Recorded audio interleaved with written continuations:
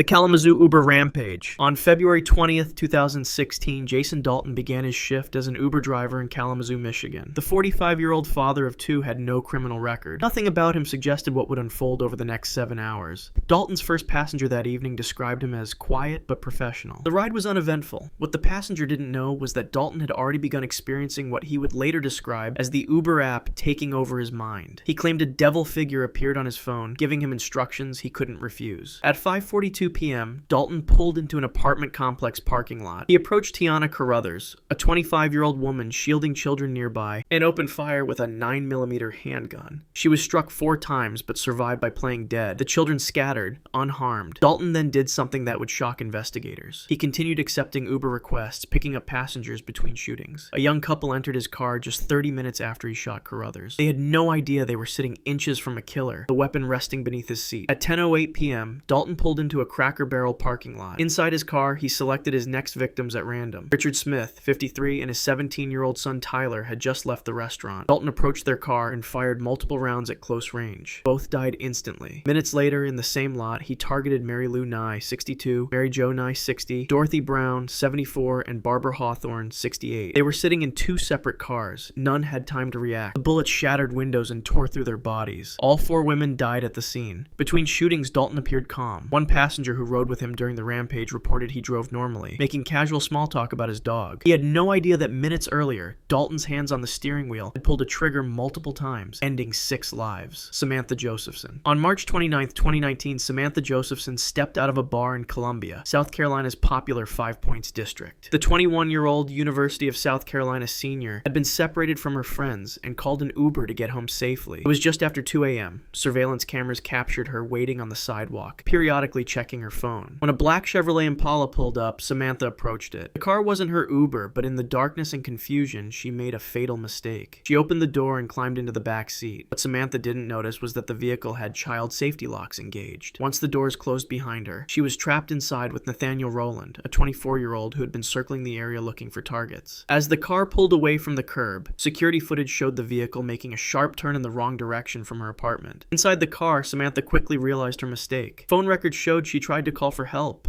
The call never connected. Rowland had already activated the child locks. When she tried to escape, the doors wouldn't open. Her struggle inside the vehicle left traces of her blood throughout the car's interior and on the blade of a knife with a double-sided edge. Forensic evidence later revealed Samantha suffered 120 separate stab wounds. The wounds were concentrated on her head, neck, face, upper body, and back. She had defensive wounds on her hands, showing she fought desperately for her life as the attack continued for several minutes inside the confined space of the vehicle. 12 hours after she disappeared, turkey hunters found her body in a remote wooded area 65 miles from Columbia. She had been dumped among the trees, partially clothed. Investigators determined she had bled out alone in the darkness. 2 months earlier, Samantha had written in a letter, "Education is something no one can take away from you." She was just weeks away from graduating and had been accepted to law school at Drexel University. Pittsburgh Uber driver ambush. On February 11th, 2022, Christy Spicuzza ended her regular evening shift as an Uber driver and prepared to head home to her family. The 38-year-old mother of 4 had been driving for the ride-sharing company to supplement her income.